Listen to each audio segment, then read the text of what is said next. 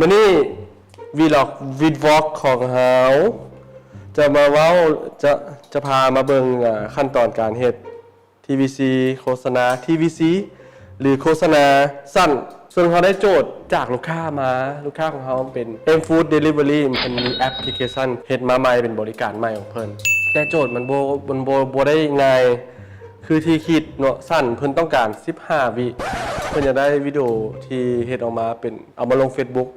ปกติเฮาเบิ่งกันโทรศัพท์เนาะเฮาเล่น Facebook เฮาสิเบิ่งวิดีโอนี่เฮาจึงต้องตั้งจังซี่เนาะคอยไปรวมลูกค้ามาแล้วกลับบ้านคอยมาเฮ็ดการบ้านคอยมาศึกษา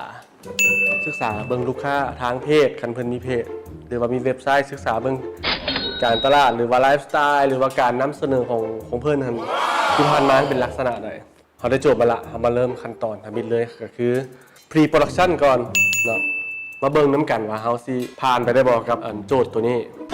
เดี๋ยวนี้เฮามาอยู่ขั้นตอนเฮ็ด pre production ขั้นตอนที่2ขั้นตอนที่3ซะขั้นตอนที่1ไปหาลูกค้าเอาคอนเซปต์นำลูกค้าขั้นตอนที่2ศึกษาข้อมูลลูกค้านอกจากการรวมนำลูกค้าโดยตรงแล้วศึกษานำอย่างนำเพจนำเว็บไซต์ของเพิ่นแล้วก็หรือว่าอยู่หน้าห้างของเพิ่นคันเป็นลูกค้าที่มีหน้าห้างแต่ว่าทาง M Food เพิ่นเป็น Delivery เพิ่นจัดส่งถึงบ้านเพิ่นบ่ได้มีหน้าห้างให้เฮาไปนั่งกินอยู่นะอยู่ห้างโอเคเขาเรื่องนี้เขามาเฮ็ดสตอรี่บอร์ดแล้วมื้อนี้นะค่อยก็เขียนบทเอาเขียนบทค่อยสำหรับค่อยอันนี้มันส่วนตัวค่อยเองเด้อค่อยเช็ดบทภาคก่อน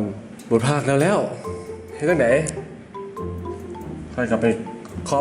ค่อยเช็ดสตอรี่บอร์ดบัดนี้มันคือสตอรี่บอร์ดเห็นเป็นสตอรี่บอร์ดบัดนี้ประมาณนี้ไหวเข้าละบ่เจ้าเดี๋ยวลงไปมาแล้ว M Food การที่ค่อยเฮ็ด TVC ให้ลูกค้าเนาะแล้วค่อยใช้สินค้าของเจ้าบ่แม่นการอวยบ่แม่นการเอาใจแบบคือสำหรับค่อยคือสร้างมากินเพื่อจะรู้การบริการกับเจ้าเข้าถึงกับเจ้าได้อีกคือเขาต้องลองใช้สินค้าตัวจริงเบิ่งดีที่สุดโอเคเขาเรียกกันต่อเหนื่อยเฮาเบิ่งหน้าแอปมันมีเนาะอาหารสูตรอาหารจากพวกของแก้มเขาก็เช็ดหน้าประมาณนี้ส่วนภาพที่ค่อยขึ้นก็คือจะเห็นเป็นคนเรือนแอปบทนิชาเขาข้างฟังเนาะอย่าให้ความหิวมาคัดจังหวะชีวิตเจ้าง่ายๆเพียงแต่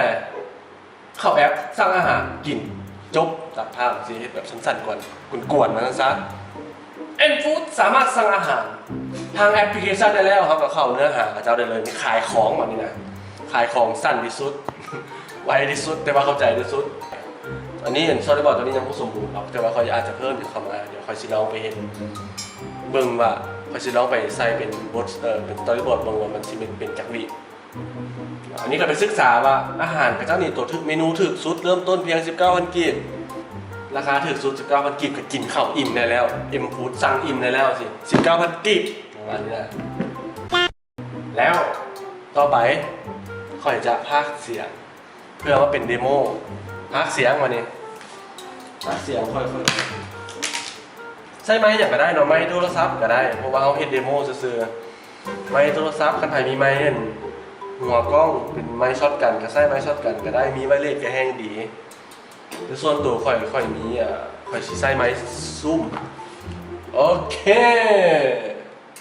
พร้อมแล้ว M Food สามารถสั่งอาหารทางแอปพลิเคชันได้แล้วเข้าแอปสั่งอาหารมีเมนูหลากหลายให้เลือกอาหารหลักเริ่มต้นเพียง 19,000 กีบสั่งเลยนี่ครับก็ได้เสียงมาละวันนี้อัดมาละโอเควันนี้เรามาว่าขั้นตอนการเขียนสตอรี่บอร์ด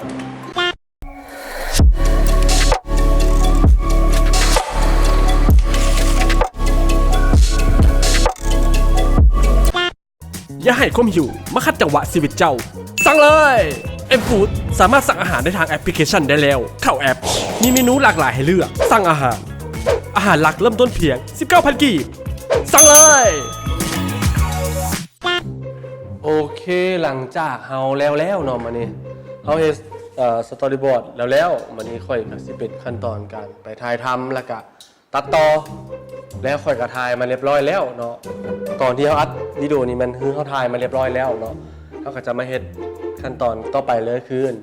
post production ก็คือการตัดต่อละเฮ็ด CG เฮ็ดกราฟิกอย่างต่างๆ เฮ็ดสีเฮ็ดอย่างต่างๆโอเคหลังจากอันนี้เฮาฮอดขั้นตอนหลังจากไปถ่ายทำมาแล้วเนาะทำมาแล้วเรามาเฮ็ดขั้นตอนกราฟิกได้ป่ะเนี่ยกราฟิกโมชั่นกราฟิก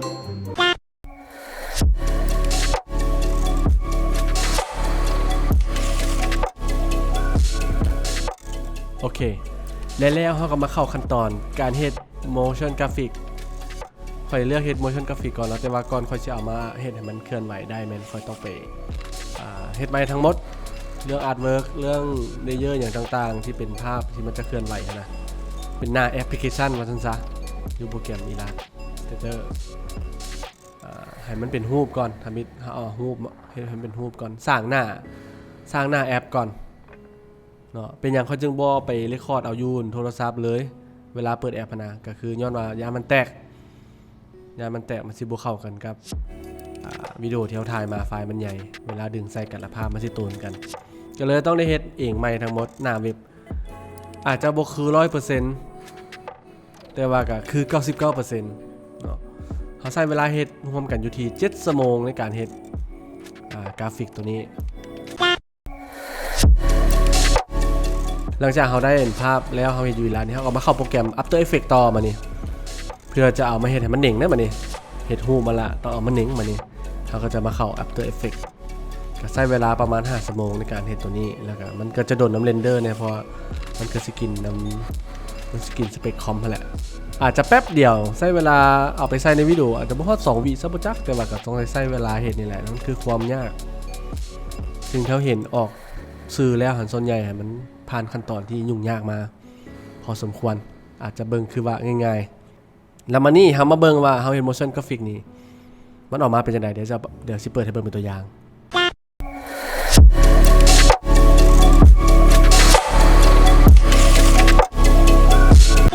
โอเคหลังจากทั้งหมดแล้วมันนี่เนาะเฮาก็มาเบิ่งเนี่ยมันนี่ไฟนอลวิดีโอไฟนอลทั้งหมดมันออกมาเป็นจังได๋สิถูกใจไผบ่หรือว่าบ่ถูกใจแนวใดก็ต้องขอโทษขออภัยแล้วเฮาก็จะทิ้งท้ายนำคลิปที่เราไฟนอลเด้อแล้วเฮาก็จะไปเจอกันใหม่ในEP ต่อไปว่าเฮาจะมาเว้าเรื่องหยังเฮ็ดวิดีโอเกี่ยวกับหยังมีหยังก็แนะนำที่ส้มกันได้เฮาไปเบิ่งนํกันบ๊ายบายอย่าให้ความหิวมาคัดจังหวะชีวิตเจ้าสั่งเลยM-Food สามารถสั่งอาหารได้ทางแอปพลิเคชันได้แล้วเข้าแอปมีเมนูหลากหลายให้เลือกสั่งอาหารหลักเริ่มต้นเพียง 19,000 กีบสั่งเลย